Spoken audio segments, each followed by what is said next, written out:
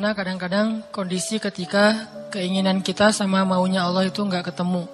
Dalam contoh sehari-hari aja, mau jalan sama seseorang, hujan misalnya. Apain lagi? Mau beli handphone baru, ternyata usaha kita yang tadi kita udah pikirin ada untungnya malah rugi. Mau jalan-jalan keluar kota, pasangannya sakit. Dan banyak, kadang-kadang penyebabnya sepele banget, tapi bikin kita kecewa. Nah, gimana caranya kalau kondisinya kayak gitu? Sama kayak para sahabat dulu dalam perjalanan umroh. Pengen umroh, ternyata udah sampai di perbatasan kota Mekah, gak boleh masuk, disuruh pulang lagi ke Madinah. Itu kan diceritain dalam surat Al-Fatihah tentang perjalanan umroh yang berakhir dengan malah perjanjian Hudaybiyah. Niatnya pengen umroh, tapi endingnya perjanjian. Yang isi perjanjiannya, poin-poinnya kayaknya ngerugiin umat Islam banget. Tapi kan Allah punya rencana, dan rencana Allah pasti yang terbaik daripada rencana kita. Masalahnya gimana kita bisa ridho, bisa rela kalau kondisi itu terjadi dalam hidup kita. Kita sih yakin, ini adalah qadarullah, keinginan Allah. Tapi bikin kita yakin itu jadi berbuah, yakin itu kan kayak pohon ya. Iman itu adalah pohon. Gimana biar pohon ini berbuah? Salah satu buahnya itu adalah sifat ridho, sifat nerima. Sehingga dengan sifat ridho itu akhirnya kita punya kebaikan. Kebaikannya jadi bisa survive, tenang hadapi masalah, sabar dan seterusnya. Nah, gimana caranya? Setelah kita dapat sesuatu, kita yakin kepada Allah, terus jadi ridho. Nah, ini belajar matematikanya Allah Subhanahu wa taala. Dan itulah yang terjadi dalam perjanjian Hudaybiyah, terjadi kepada Siti Maryam yang tadi dibacain suratnya. Maryam gak pengen punya anak tanpa suami. Kalaupun harus punya anak, nikah dulu. Tapi Allah punya rencana lain. Rencana manusia punya anak setelah nikah. Lagian Maryam lagi belum siap menikah nih. Belum ada cowok yang pantas buat Maryam. Justru karena itulah Allah beri dia anak tanpa laki-laki, tanpa suami. Kenapa? Gak ada suami yang pantas buat Maryam. Mungkin satu-satunya lelaki yang pantas buat Maryam cuma Nabi Muhammad. Tapi kan beda zaman. Masa Maryam harus nunggu Nabi Muhammad 300 tahun lagi kan ya? Nah, ternyata karena gak ada yang pantas buat dia, akhirnya dia punya anak tanpa harus melalui seorang suami. Mungkin kita terlalu soleh sehingga gak ada yang pantas buat kita. Pantasnya cuma bidadari, ya udah di akhirat nikahnya. Husnuzannya mah ya. Mungkin di atas nih gak ada yang pantas jadi imamnya, soalnya terlalu solehah. Jadi imam juga kayak ragu gitu. Aduh, ngimamin dia, hafalannya udah luar biasa, bacaannya lebih bagus, guru tahsin lah gitu. Saya baru belajar pratahsin, masa mau jadi imam seorang cewek yang guru tahsin? Karena dia terlalu keren, akhirnya gak ada yang pantas buat dia nih. Maryam kayak gitu banget. Karena terlalu keren, terlalu soleh, sampai ulama aja ragu Maryam ini nabi atau bukan gitu. Sehingga ada dua pendapat ulama, sebagian bilang Maryam bukan nabi, orang soleh. Tapi ada ulama yang bilang Maryam itu emang nabi, satu-satunya nabi dari cewek. Satu dari 4 perempuan yang sempurna. Dan di antara 4 itu kayaknya menurut sebagian ulama Maryam nomor 1 tuh. Walaupun secara usia Asia, Maryam, Khadijah, Fatimah. Tapi Maryam itu paling keren lah. Tiba-tiba hamil, datang cowok keren, baju putih, jubah putih, auranya tuh luar biasa. Pokoknya cowok paling keren aja. Sampai Maryam kaget dan berta'awuz. Inni a'udzu birrahmani minka in kunta taqiyya. Aku berlindung kepada Allah dari kamu. Ketemu cowok keren malah berlindung, bukan bersyukur. Coba. Duh, keren banget ya. Astagfirullah, auzubillah gitu kan ya. Nih Maryam nih. Duh, ceweknya keren banget. Udah lama ngelihat baru auzubillah, enggak. Dari awal auzubillah. Kenapa? Ada pasangan di sebelah gitu. Ada istrinya. Nah, Maryam langsung ta'awuz, inni a'udzu birrahman minka in kunta taqiyya. Kata Jibril, cowok keren itu ternyata namanya Gabriel. Kata Gabriel, Innama ana rasulu rabbik liahaba laki ghulaman zakiya. Jangan takut Maryam, aku itu utusan Tuhanmu, artinya malaikat yang pengen ngasih kamu anak yang sangat suci. Kata Maryam, anna yakunu li ghulam, gimana saya akan punya anak, walam yamsasni basyarun. Gak ada seorang laki-laki pun yang pernah nyentuh saya, nyentuh aja gak pernah. Walam aku baghiya, dan saya juga tidak pernah merendahkan diri depan laki-laki, artinya berbuat dosa. Anna yakunu li ghulam, gimana caranya saya punya anak? Kata Jibril, kadzaliki qala rabbuki huwa alayya hayyin. Itu udah kehendak Allah. Dan itu hayyin, mudah banget buat Allah SWT. Sepele banget lah buat Allah. Fahamalat, tiba-tiba Maryam hamil. Fantabadat bihi makanan qasiyya. Karena Maryam malu ketahuan hamilnya, akhirnya Maryam pun pergi ke suatu tempat yang terpencil. Qasiyya, Aqsa. Aqsa itu artinya tempat yang jauh. Masjidil Aqsa disebut Al-Aqsa karena dia jauh dari Masjidil Haram. Kalau Madinah kan dekat. Masjid yang paling mulia kan ada 3 itu ya. Mekah, Madinah, Palestina. Nah dia disebut Aqsa karena tempatnya jauh. Makanan qasiyya, tempat yang sangat jauh.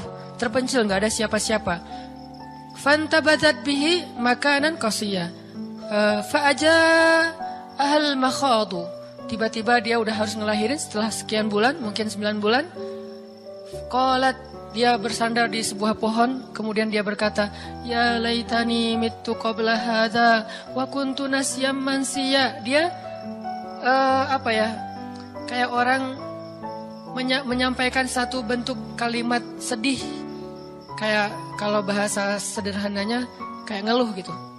Ya laitani mittu qabla hadza, aduhai seandainya aku mati aja daripada harus menanggung malu kayak gini. Maryam itu kan pemalu banget.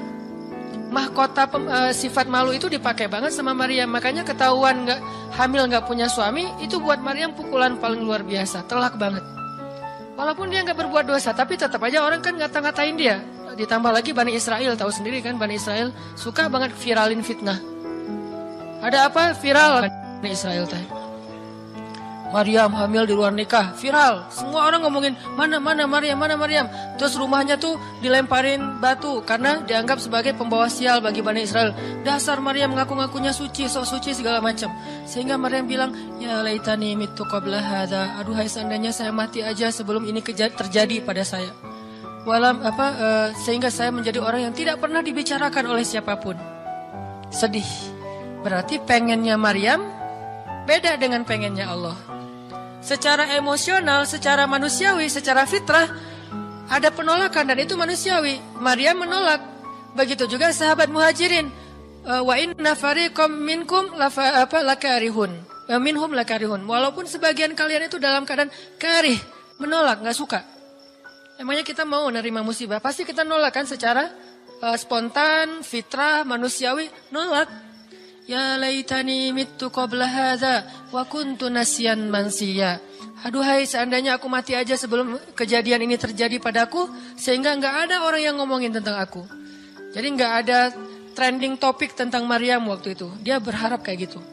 Semua berita buka channel mana aja Maryam. Asal buka Instagram yang muncul duluan di home tuh Maryam.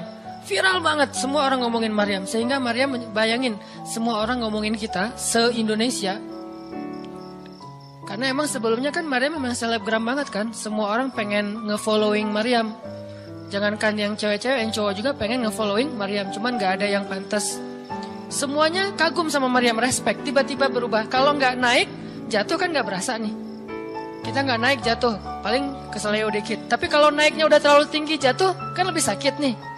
Maryam tuh naiknya udah terlalu tinggi. Saking tingginya sampai Nabi menyebut dia satu di antara 4 yang sempurna di muka bumi. Gak ada perempuan yang sempurna kecuali 4 itu. Itu benar-benar dipuja-puja tuh Maryam. Pengen punya anak nanti namanya Maryam. Pengen punya istri kayak Maryam.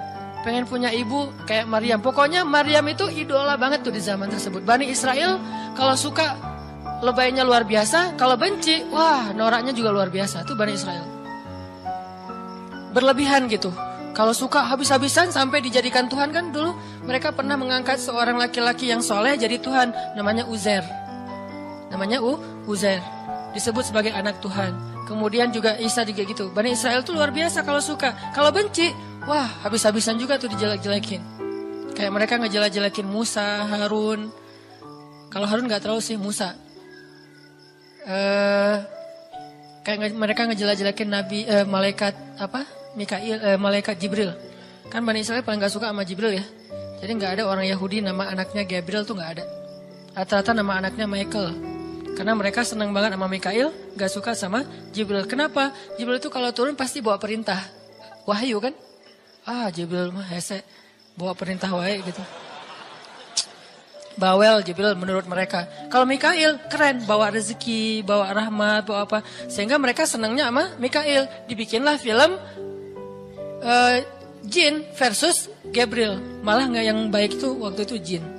Kan banyak tuh film-film kayak gitu tuh. Itu memang dari dulu kayak gitu.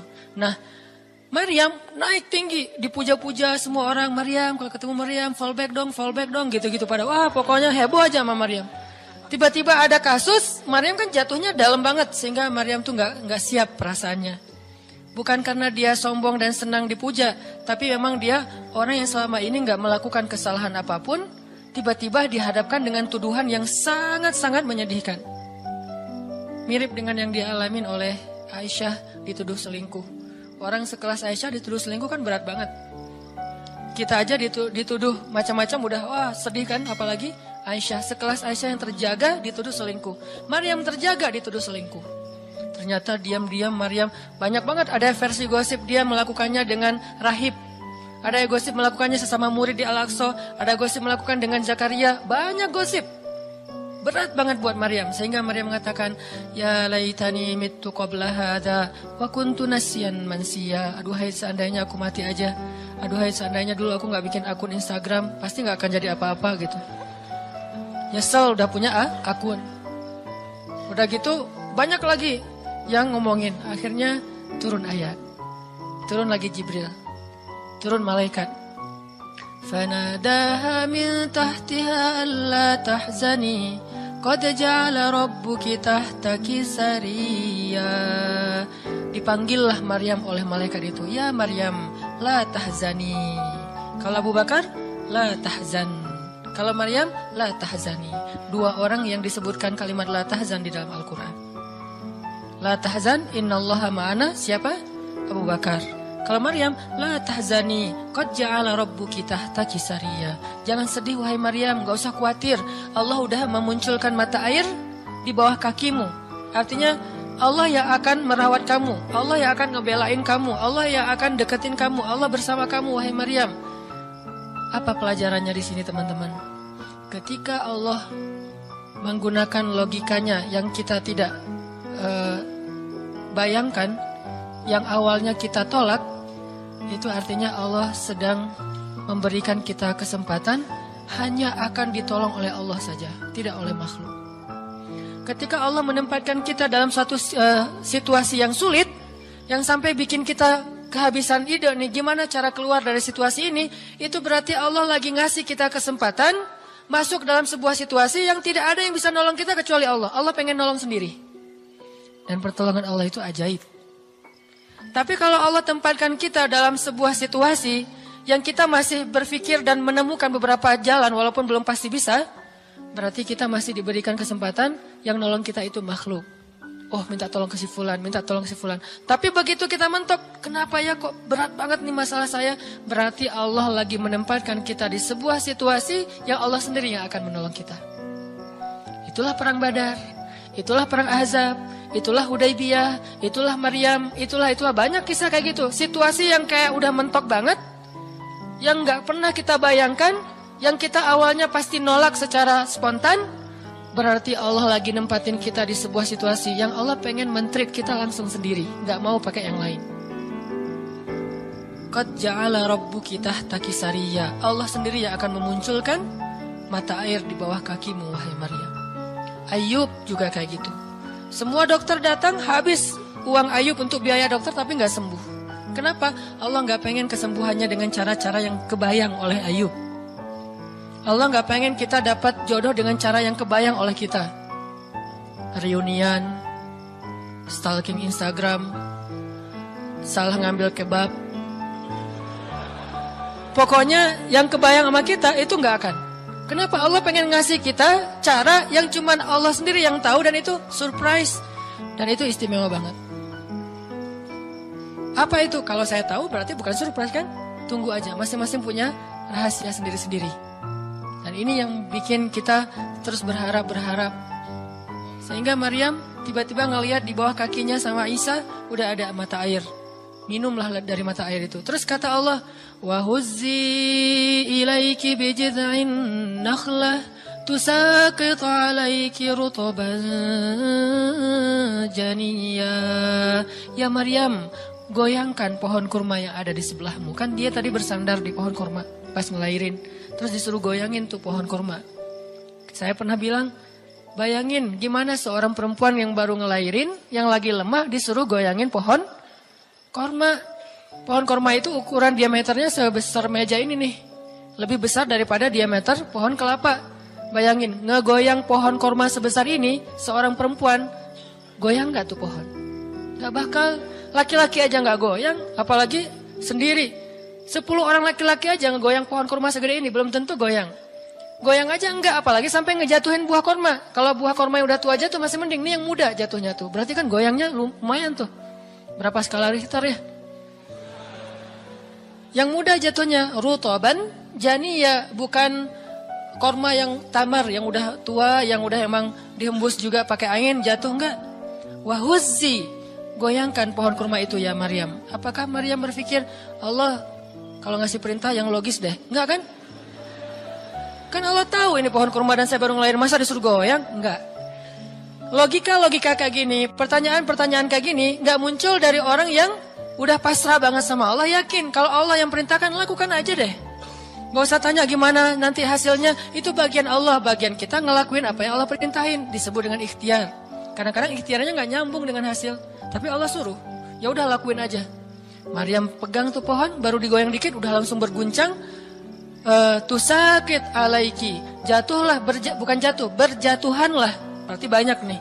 Berjatuhanlah untukmu rutoban janiyya, buah-buah kurma yang masih muda tapi manis.